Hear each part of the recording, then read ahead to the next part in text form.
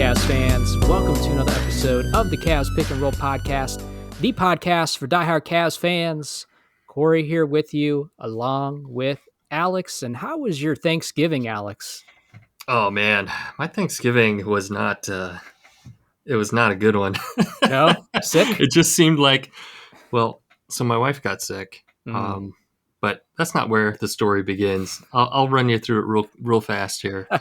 Everything just seemed to kind of go wrong or break.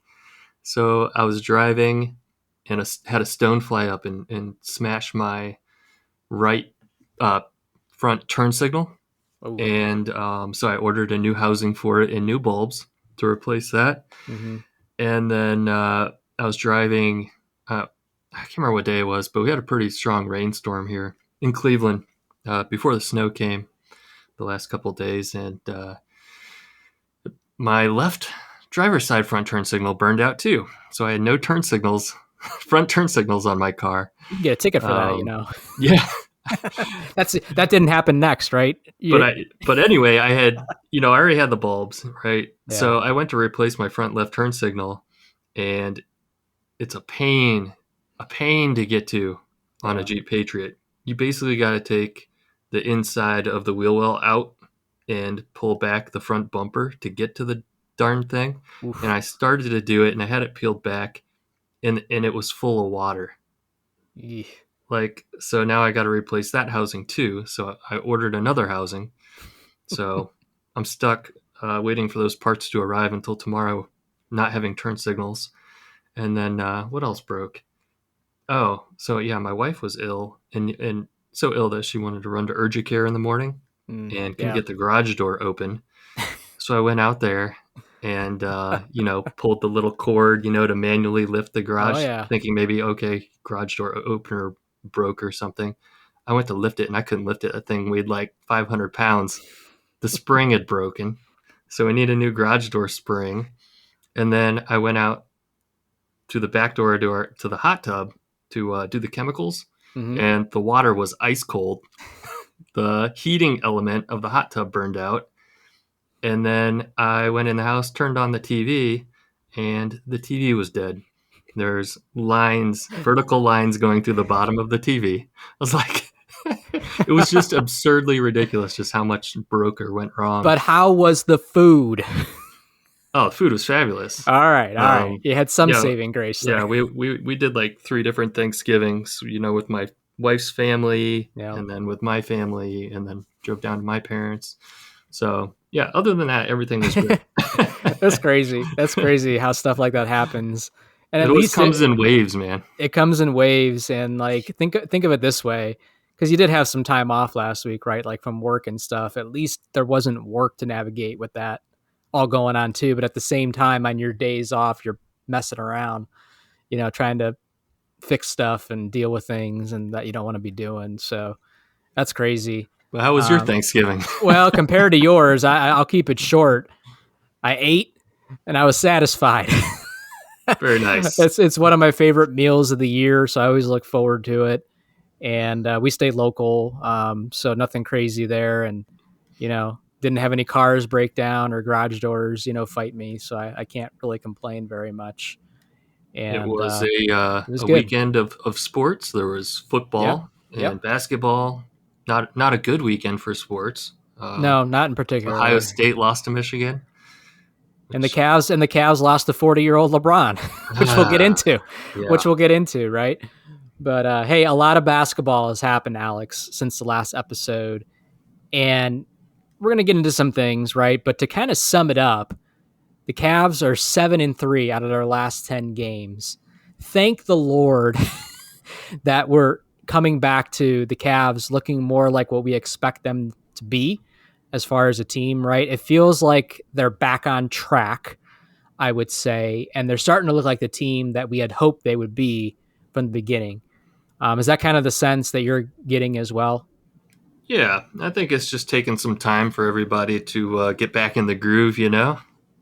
I mean, we did have a pretty decent overhaul of personnel in the offseason. I know we kept the core together, but a lot of new faces and some major changes in with our role players in our bench. So it is taking a little more time to get back in the groove, but I think we're going to get there. I think we're starting to click. There's been quite a few surprises, and I think we'll probably dig into that as we start talking about some of these recent games. Yeah, yeah, and the biggest thing is being healthy, right? And the Cavs haven't been healthy so far this year, but they did get some bodies back since the last time we spoke. Donovan Mitchell and Isaac Okoro both returned back the same game and have played since. I think they've played 2 or 3 games now with the return, so it's nice to have them back. The Cavs did lose Dean Wade. Ty Jerome is still out. Garland had a neck injury, but was able to at least play. I was worried we got Mitchell back and then we were going to lose Garland. So it is kind of nice to see pretty close to a full roster, probably one of the most complete rosters we've had all year so far. And we just need that to continue, right? Because whatever they've been building over these last, 10 games now, they got to be able to continue building that with healthy bodies and having their rotation set. And props to the Cavs because they did go on a 4-game win streak, and they won some tough games without having some of their key players. There was a game where Mitchell, Levert was out, Okuro's out, and they beat the Nuggets or whatever it was. That's how far back it's been since we've spoke. So they did get some good wins early on in that stretch. But now that they got kind of back to full strength here, I'm excited to see where they go from here after going 7-3. Yeah, we're back on a 2-game win streak right now, and we play the Trailblazers. Well, as of this recording, we play the Trailblazers tomorrow night. We've won 6 of our last 8, so it's been looking good. It's been looking good. I think we're getting back to where we need to be. Yeah, yeah. And like you said, injuries, it's part of the game. It is. All the teams have injury. It is what it is. It can't be the sole excuse of why, you're not winning basketball games. There's enough talent on this team that when a body or two is out, we should have won some of the games that we didn't win earlier in the season. Hopefully they've learned from that and we're setting ourselves up for success moving forward. But let's kind of dive into some of these games, some of these things that have happened. The most recent game that has just happened was the game against the Atlanta Hawks in Cleveland. This was the final in-season tournament for the first round or opening round, whatever, group round, whatever it's called. Yeah. And Alex, I want to ask you this first before we really talk about this game because we failed to have talked about it so far. But the Cavs wore their City Edition jerseys during this game. And you're more of a jersey guy than I am. Mm-hmm. But what's your thoughts on this year's City Edition jersey for the Cleveland Cavaliers? Yeah, I mean, every season I'm pumped to see what the City Edition jerseys look like because there's been some really phenomenal ones and then there's been some pretty mediocre ones. I think I'd put this season somewhere kind of in the middle. Like, I'm not jonesing to go out and buy one, but I don't think they look terrible. My initial impression was that they looked terrible, and I think like the pictures that I had seen, like the media release and the jersey on a mannequin, like it didn't look great. Like the lighting was bad. I don't know. I just didn't care for it. But seeing the players wear them and run up and down the court, I think they look a lot better than I initially thought. They got a really cool, really deep wine color to them with a little bit of a sheen, almost like they're a little bit of got a little bit of a silky look to them. And I was actually at the Cavs team shop not too long ago and got to pick through them a little bit and feel them, and they do almost have like a silky, I don't know what kind of material that is, shiny velvety texture to them. But yeah, I think the design is really cool that they say the land on the front. I don't love the gold. They have like a gold, yeah, like around the neck and some sort of design, around the shoulders. yeah, around the neck and shoulders. It's I was hard trying to figure out what that was too describe. during the game, and yeah, it's kind of hard to describe. You know what the theme is, right? What? The theme, they're based on the Playhouse Square. Ah, okay. Yeah, that's where they're supposed to get their Yeah, they're kind of not doing much for me. I mean, my expectations aren't very high, but they're just very plain looking, in my opinion. And figured I'd at least get your opinion on them because I knew you'd have a deeper dive opinion than I would. I thought I read that they were undefeated while wearing them. Uh, I don't know if that's true, but they've that's what only I've worn read. them. I think they probably only worn them 3 games or so by now. Maybe less. I don't know. It hasn't been many games, I don't think, but I could be wrong. Yeah, someone said Um, we're 2-0 wearing them. So there you go. There you go. And I will say this too, and we kind of touched on this last episode, but that's the last time for this year that we're going to see that edition of the court in Cleveland. And after seeing some of these other courts, Indiana, Philly, when we were out there with the all red court, Cleveland's court is above and beyond. Like, I have so much more appreciation for that court than what I did when they first released it. Because when they first released it, I'm like, well, what the heck is this? You know? But it looks great compared to some of the other floors. Like, yeah, my I love eyes don't the hurt. court's fantastic looking. Yeah, it looks great. I'm glad that they didn't go crazy extreme with the colors and all that stuff, and players weren't slipping around like they were in Philly and in Indiana. There's some real blinding ones. Yes. Somebody horrible. has some bright neon blue one that's terrible. Somebody has a bright red one that's awful. Yeah. Just crazy. But the Cavs did win this game, Alex. But they don't advance in the in-season tournament. So before we get into the game a little bit, let's just kind of wrap up this in-season tournament. I'm not disappointed by that at all. Again, I think just in general, the fans are kind of confused on what is really the purpose. Why should I, as a fan, really get excited for this? We're not giving the fans anything. It's just kind of fabricated and it's spread out. Remember, like, game 1 of this tournament was game 5 of the season. Then we play 8 games before we have the next one. So it's just, man, you'd have to really be dedicated to be keeping up on everything. Yeah. And the one thing I didn't like in that Hawks game was the Cavs had the game won, had it secured in the fourth quarter. Atlanta pulled their starters, put in their bench players, and JB left the starters in because another factor of this tournament is points, right? It's not just whether you win the game or not, but it's also a point differential system as well. So JB kept the starters in there to try to continue scoring, which they really couldn't do. They just didn't really get good looks. But even Brad Doherty, who was on the broadcast, was saying, there was like 3 minutes left. He's like, Cavs just need to be careful here. Don't overdo it. You don't want to risk somebody getting hurt. Like, just win the game and go home, basically. And I was like, you know what? He's right. Like, it's not worth it. And I was just sitting there, like, just fingers crossed, like, please nobody get hurt over the next 3 minutes. Yeah. So I'm kind of glad the whole thing's done for the Cavs, and could care less about the tournament at this point. I'm just glad they got the W.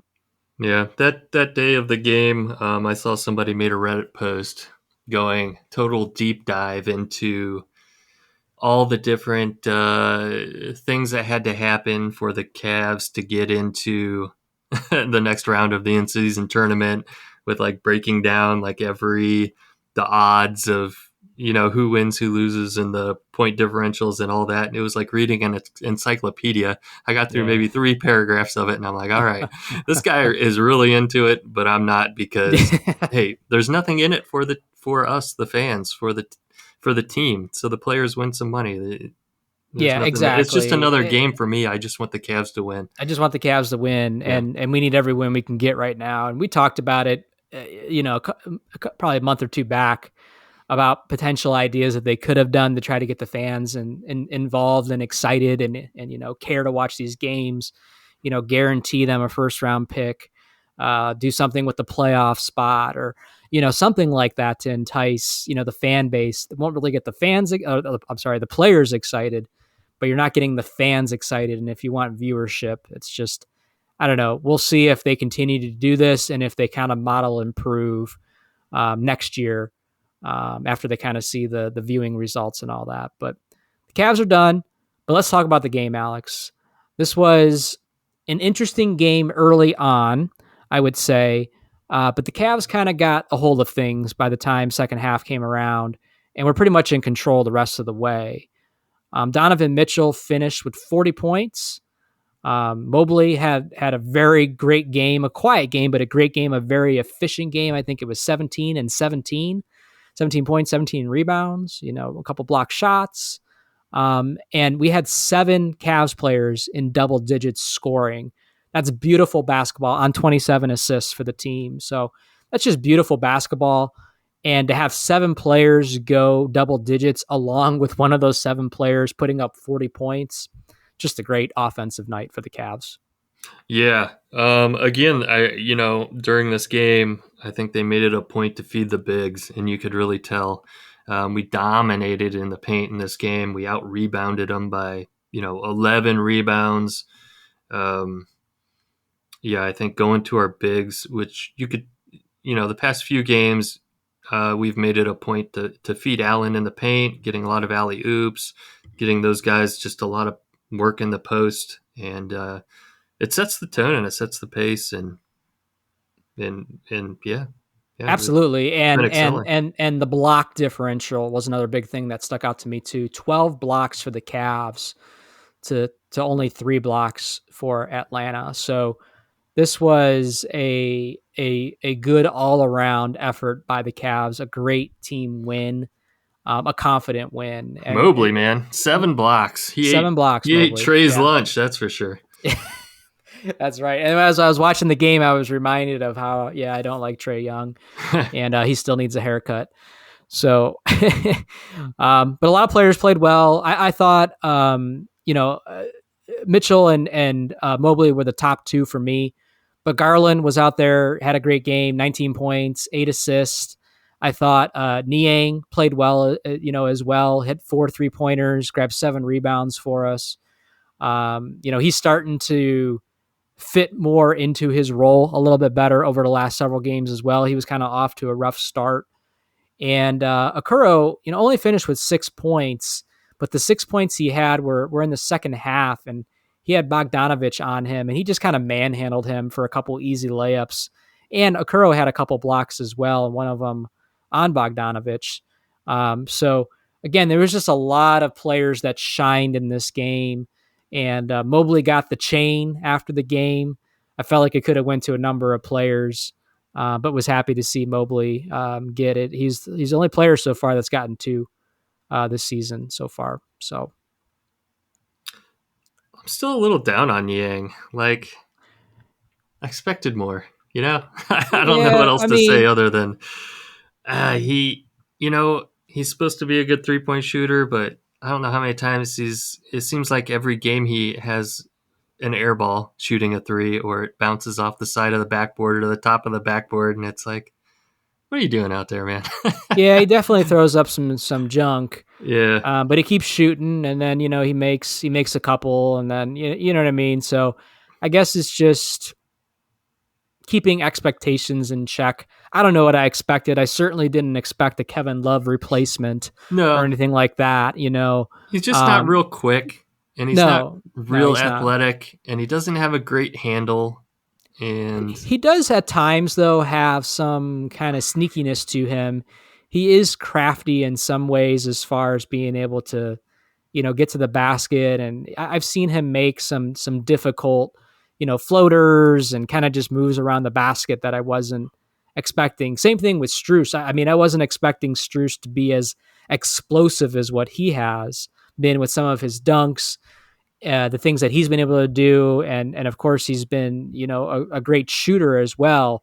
Like, Strus has exceeded my expectations to where, I'm with you. Niang hasn't even met my expectations yet, but my expectations weren't super high to begin with. I didn't really know what to expect with him. Mm-hmm. And he's a part of the rotation right now. I don't see that changing, especially with Dean Wade kind of struggling, and now he's out with an injury. You're going to throw Thompson out there, but you don't want to throw him out there 20, 25 minutes every night, right? He doesn't even play in this game. So Niang, I think, is going to be in the rotation. I don't think he's really in jeopardy of losing any minutes, but I would like to see him be a little bit more consistent. Yeah. No, I feel the same way. I'm a little down on Niang, and And boy, sky high on Strus. He's been playing out of his shoes. Yeah, Strus has Wow. been great. He's Wow. been unbelievable. Excellent pickup. Very glad the Cavs secured him, and just been very happy with what he's been able to do out there. A lot of surprising moments out of Strus so far this year. Yeah. Great shooter, hustle player, dunking it on people, shooting the three, great on defense, Yeah, great and just keeps playmaking playing. ability. Just keeps It's just, playing. Yeah, yeah. he's just a solid all around player, and he's an under the radar player on top of it. Like, Meaning when teams scout the Cavaliers, they're not scouting Max Strus. They're scouting our backcourt. They're scouting Mobley. Maybe even LeVert. Like Strus is kind of sneaky in that way to where he's not going to be your number one scoring option on a night in and night out basis, but he can have plenty of nights of having very nice offensive nights for the Cavs that is probably going underneath the radar for a lot of opposing teams right now. yeah, I mean, there's times that I kind of wish that, we still had Jetty or Lamar Stevens, but I mean, Strus is just a major upgrade at that position for us compared to who we've had there the past several years. Like, Yeah, I feel it like we feels finally found yeah, our guy. it feels like it's bearing an injury. Strus is your starting small forward for the foreseeable future. We're not in this pattern of, well, is it Strus? Is it LeVert? Do we try Okoro again? Like, it's not this juggling act. Strus has done well enough already to where he's earned the spot. He deserves the spot. He's going to stay in the spot. And I really don't see a reason for him losing it, anytime soon. And like I said, unless an injury occurs and someone Mhm. else has to slide in there. But I feel like Okoro and LeVert are both playing really well this season too.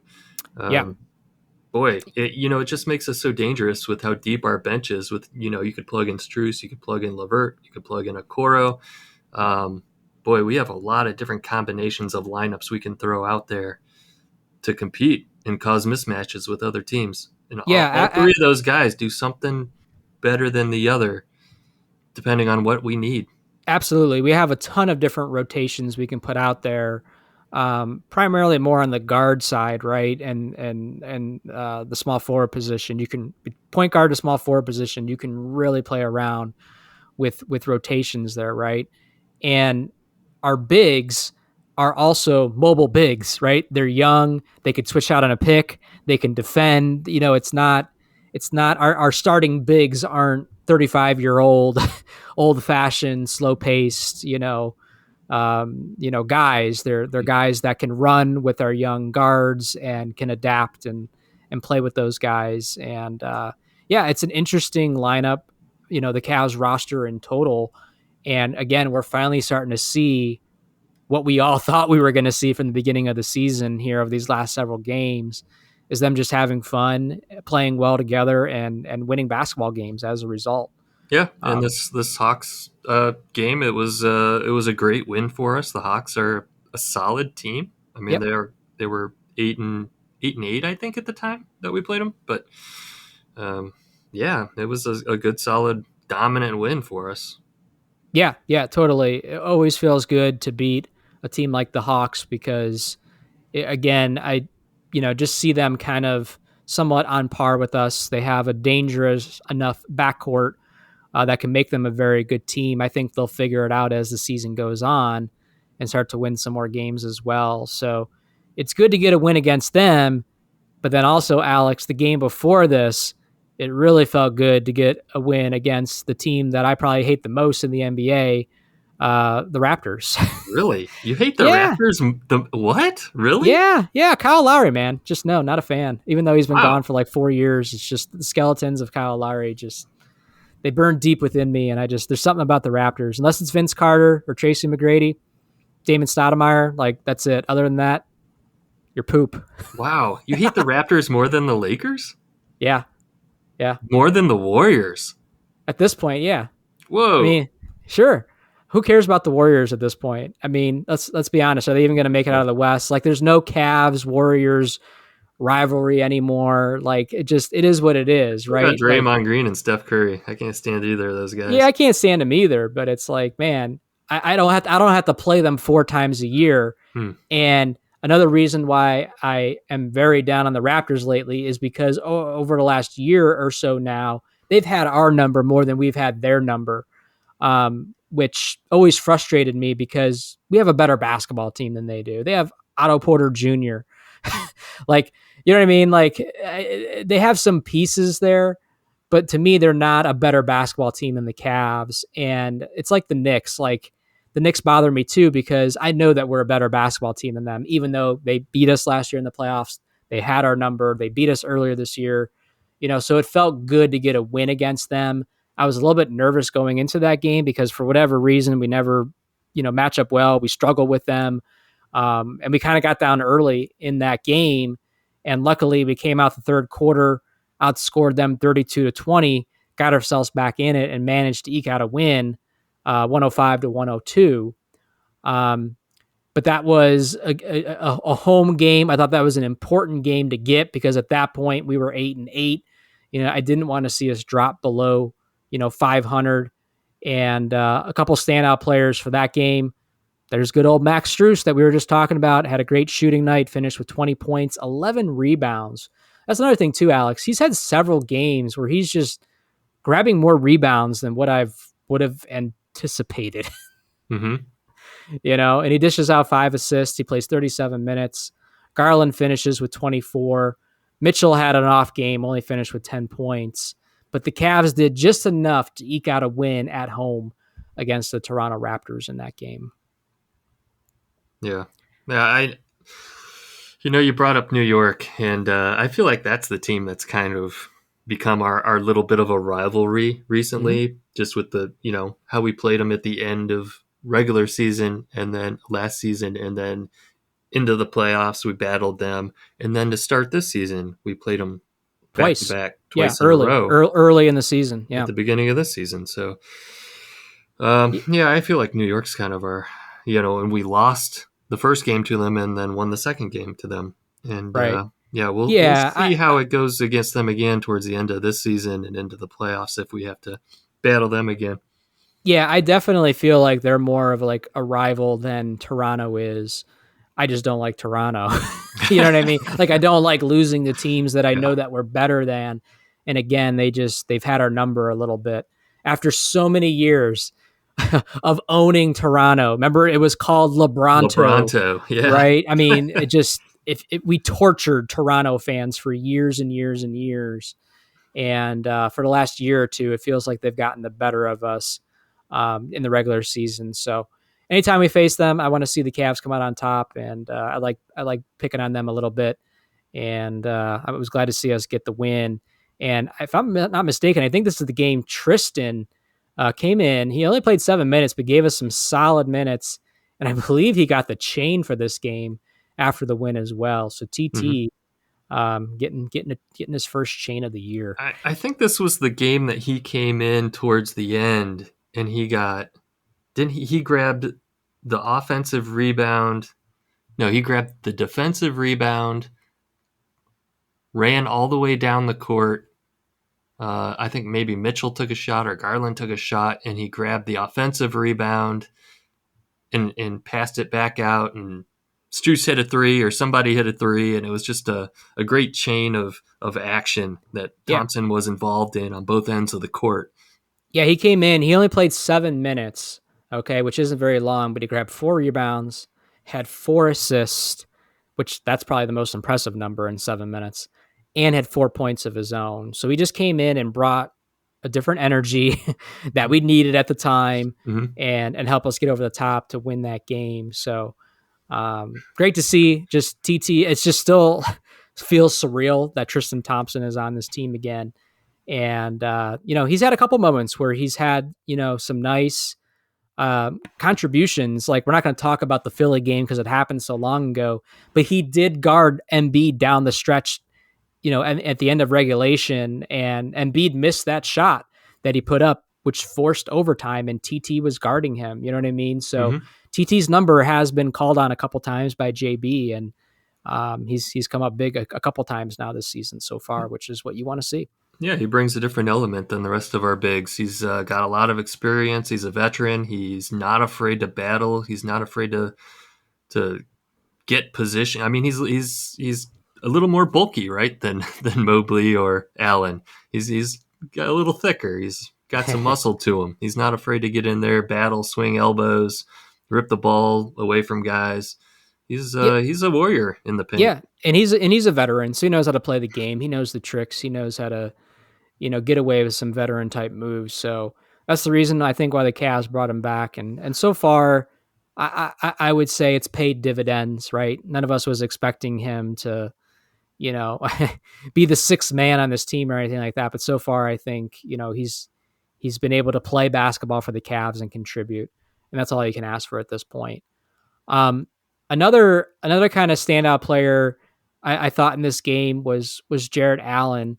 Finishes with 18 points, and just talking about Allen for a second, it feels like lately he's been more offensive minded. He's been more aggressive, even against the Nuggets, against Jokic and Embiid, and he's had to play some bigger centers, some heavier centers that tend to get more calls than what he does. Mm-hmm. But he's had better offensive nights, and I certainly don't expect 18 points out of him every night, but yeah. Man, he's been playing a lot better on the offensive end. They've been targeting him more. They've been feeding him more in the paint. You always see Garland and Mitchell look for him to roll, do the 2-man game and roll to the paint, and they get the ball to him a lot more often than typically.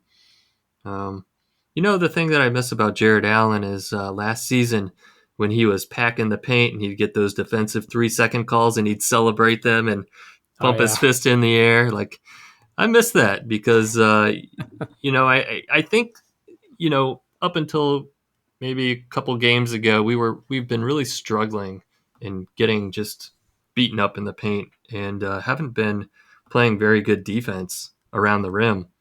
And, that's something that we were really strong on last year was our defense in the paint. And we kind of got away from that. And I kind of missed Jarrett Allen, celebrating this 3-second defensive penalties because that means that we were packing the paint and our bigs were doing their jobs. Right. Yeah, it is strange that he hasn't done that this year, but hey, 18 points, I'll take 18 points. I probably told him to stop doing it. maybe. Who knows? So probably the last game we'll kind of really talk about is the game before Toronto, which was, it's always, I guess, a highly anticipated game anytime LeBron comes back to town. But the Lakers were in Cleveland Saturday night. We're past Thanksgiving, like you said. Ohio State loses, and this could have saved it, right? This could have made it feel a little bit better. The Cavs, getting a victory at home and a bounce back victory after dropping the game to the Heat. And unfortunately, the Cavs weren't able to eke out the win. And what bothers me about this, Alex, is like, listen, I will forever be thankful for what LeBron has done for this franchise. I don't care what anybody says. He's the best player in Cavs history, probably will be the best player in Cavs history all time in our lifetime, and helped deliver the first championship in franchise history. So no matter what side of the fence you fall on, you got to respect, right? But at the same time, I don't like losing to 39-year-old LeBron and a bunch of role players either. Like, you know what I mean? That's what's frustrating to me. LeBron always wants to put on a show when he comes here. We should always know that he's going to want to put on a show. Adjust your defense accordingly. Make him be a facilitator more than a scorer. And it's not like he put up 50 points, but he still dropped 22 on you, 6-6, and played 36 minutes this game, and the Lakers get the win with basically playing 7 or 8 guys here. They had a short rotation. And there's a couple names here that LeBron James, Anthony Davis, D'Angelo Russell, but none of those guys are in their prime. Like, you know what I mean? Anymore, I would say maybe Russell. But it was just disappointing that we lost this game. I would argue that Anthony Davis is still one of the best 4s, 5s in the game.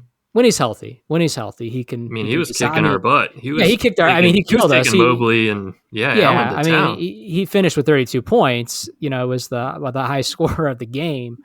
But yeah, I just, man, I don't want to lose to LeBron when he comes here, because it's like he gets to Yeah. go home.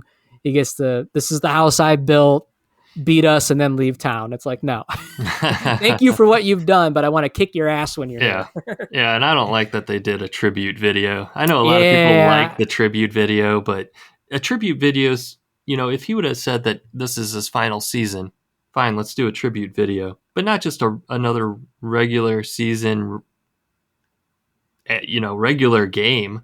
Like, it's just another game. Why are we doing a tribute video for LeBron? They want to put a welcome LeBron sign outside the visitor locker room. That's mm-hmm. fine, but we don't need a tribute video. Yeah, I guess, and it's not the first time the Cavs have done that, right? Like LeBron's been out in Right. LA for several years now. I'm sure we've done So several why tribute do we videos. keep doing it? Yeah. Like, what's the unwritten rule for the NBA? Like I wonder how other teams kind of handle that. Like, when he goes back to Miami, like, do they give him tribute videos? I mean, he wasn't there as long, but I just wonder how that works. You know what I mean? Like, I'd be curious to know if Miami does. yeah, I would too. And we didn't get to see Kevin Love play when Miami was in town before this game, unfortunately. I'm willing to bet the Cavs probably would have gave him a tribute video, because it would have been the first time. No, maybe, did he play in Cleveland after we let him go? I don't think they had a game in Cleveland. Remember. I don't think so. I thought I read that this would have been his first game back in Cleveland. But totally fine. Yeah, give him a tribute video, whatever. But if Kevin Love plays 5 more years in the NBA, you're going to give him a tribute video every time he comes here over the next 5 years? Like, to me, that's kind of, that doesn't make sense. Yeah. That doesn't make sense. So yeah, it was a little weird. You give him next time you give him a tribute video is when he announces that, hey, this is my last year and it's his going away tour. Then fine, you do it then and whatever. But exactly, that was my feeling too. But there was a post about it on Reddit that people were happy with the tribute video. So are you giving LeBron a statue?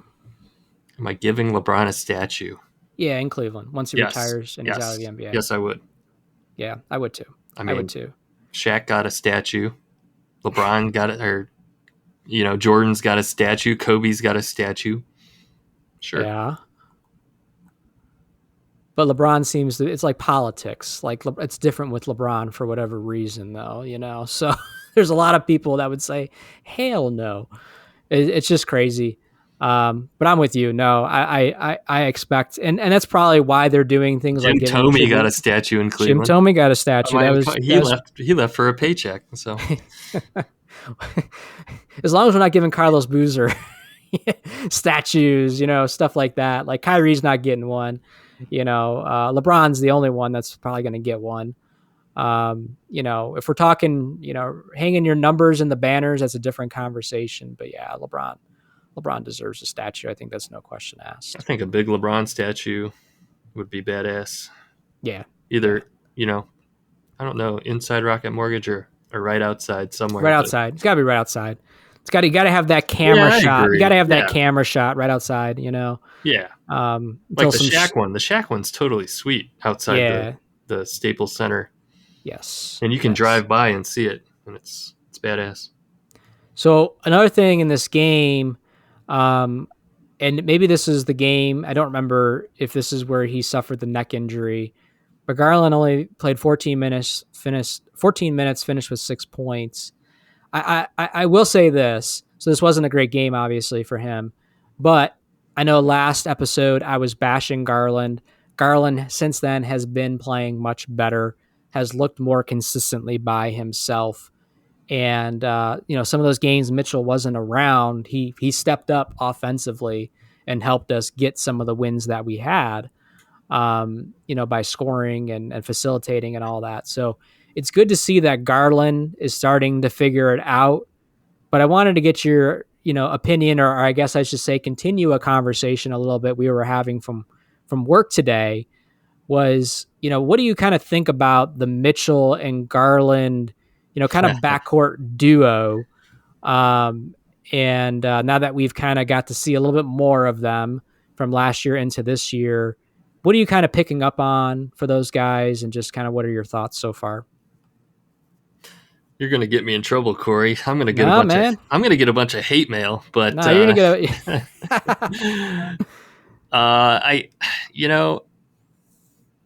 I don't know.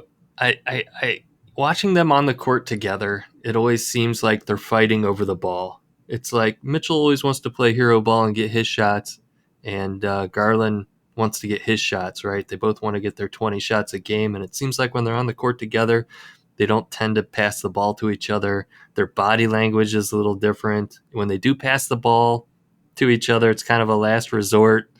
Even when they inbound the ball to each other, it just seems kind of like their body language is a little awkward. Like, I don't want to pass the ball to you. I don't know. That's what I'm picking up.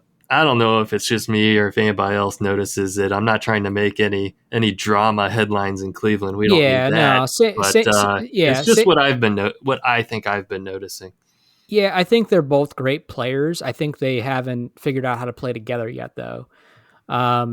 Like, very rarely does it feel like they're making each other better, right? They both have nights where they have nice nights, but sometimes it feels like some of our more deadly lineups are when one of them is sitting. Like, for example, Garland's out, so it's Mitchell and LeVert running around out there. Mm-hmm. That has potential to be deadly. On the flip side, Mitchell is sitting, and it's Garland and Strus running around out there. Thankfully, we have guys like Strus and LeVert that can play well off of either one of them.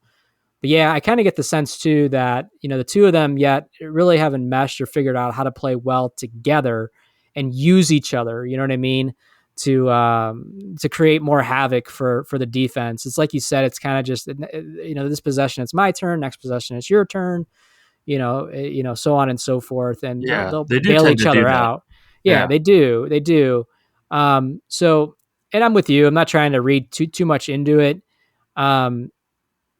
Do I think that same backcourt will be here 5 years from now? I don't know if I'm sold on that. Yeah. I don't know if I'm sold on that backcourt will be here for the next 5 years.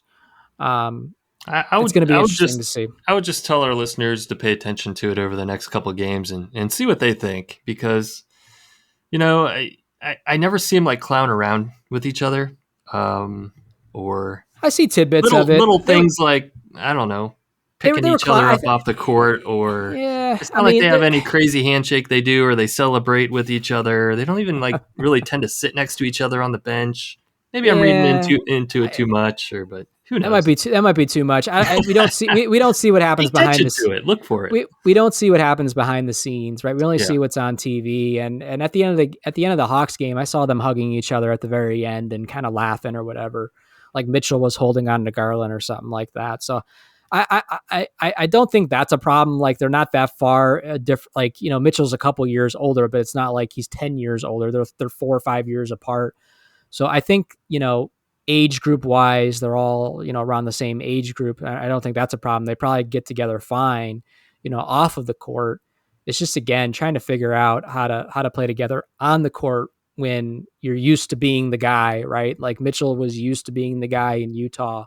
Mm-hmm. And Garland was starting to become the guy here in Cleveland. He was the guy here. He signed the largest contract, and right. So now so he's supposed to be the guy, but then we got Mitchell. So yes, and that changed the whole dynamic, right? And there's a ripple effect around that too. That bump Mobley down the chain. LeVert gets bumped down the chain. Mm-hmm. From like an offensive perspective. Same thing when Kevin Love came here, right? He went from being Kevin Love out in Minnesota to being the third option here. So again, we still haven't seen we're still very new into this duo, right? We're not years into this, right? So I don't think we're at a point to where we need to raise any alarms, but yeah, it just feels like they haven't figured it out yet completely. And hopefully they will, right? There's still plenty of basketball left this season, and really when it's most important is into the playoffs. Like, by then, have it figured out, rotation figured out. Hopefully we're healthy and we see where we land this year. Yeah. I fully expect our listeners to tweet at me that I'm crazy and trying to look for something that's not there. So yeah, that's why we don't give out our individual handles. We only give out the show handle, Alex. So the other kind of big, last big thing I wanted to kind of cover was the emergence of Craig Porter Jr. And it started to creep up last time we recorded, but man, during the stretch of games since we last recorded is really when Porter started to shine. Due to injuries, he had to play some more minutes. And man, Alex, he just had some outstanding showings and really helped us win some of the games that we did during this stretch over the last 10 games or so. Yeah, Craig Porter Jr. has been looking great, man. He's been a surprise. Like, I had zero expectations. I was thinking, here's a, low pick G League player.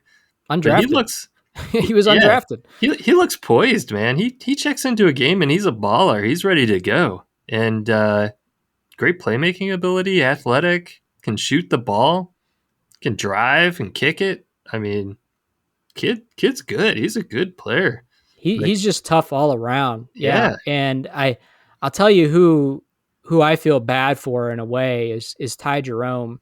Ty Jerome's been out for over a month now, and he's literally watching somebody else take his spot in the rotation, and not being able to do anything about it has to be, pretty frustrating. Because I liked what I saw to Ty Jerome so far when he did play early in the season. But yeah, I'm with you. I had no expectations for Craig Porter Jr. We had to play him early in the season because Garland was out. Sam Merrill, Porter Jr., like, remember Bates got a couple minutes early on. Like, we had to just throw them into the fire. And, nobody really stood out then. But during that stretch, the stretch here where Porter's gotten kind of consistent minutes, he really showed out and really got a lot of attention. And what's kind of funny to me, though, is we've gotten bodies back since then, though, too. So we got Mitchell back, we got Okoro back, and it feels like since that happened, since this Lakers game, his minutes have kind of disappeared. This Lakers game, if I'm not mistaken, was the game that Porter Jr. started, which I thought was a mistake, by the way. I liked him coming off the bench and running the second unit. I didn't like the idea of him being put into the starting lineup, and maybe it was the Heat game. But he played 17 minutes this game, scores 11 points. But like in the Hawks game, he didn't play at all. In the Toronto game, I think I don't know if he played, or if he played, it was less than 5 minutes. And what was interesting was at some point Bickerstaff had said, like, Porter Jr. has done enough to be considered to be a rotational player for this team. And then the last 2 games, he basically hasn't been in the rotation. So it's going to be interesting to see where he ends up falling now that we have some bodies back, primarily at the guard positions, because I think we really liked what we saw out of him and want to continue to see him out on the floor. Yeah, I'm looking forward to seeing him get some more minutes. Hopefully he gets the opportunity. I guess we'll see. I'd plug him in before I'd plug Merrill in at this point. Oh, yeah, sure. I mean, they do different things, but... They do.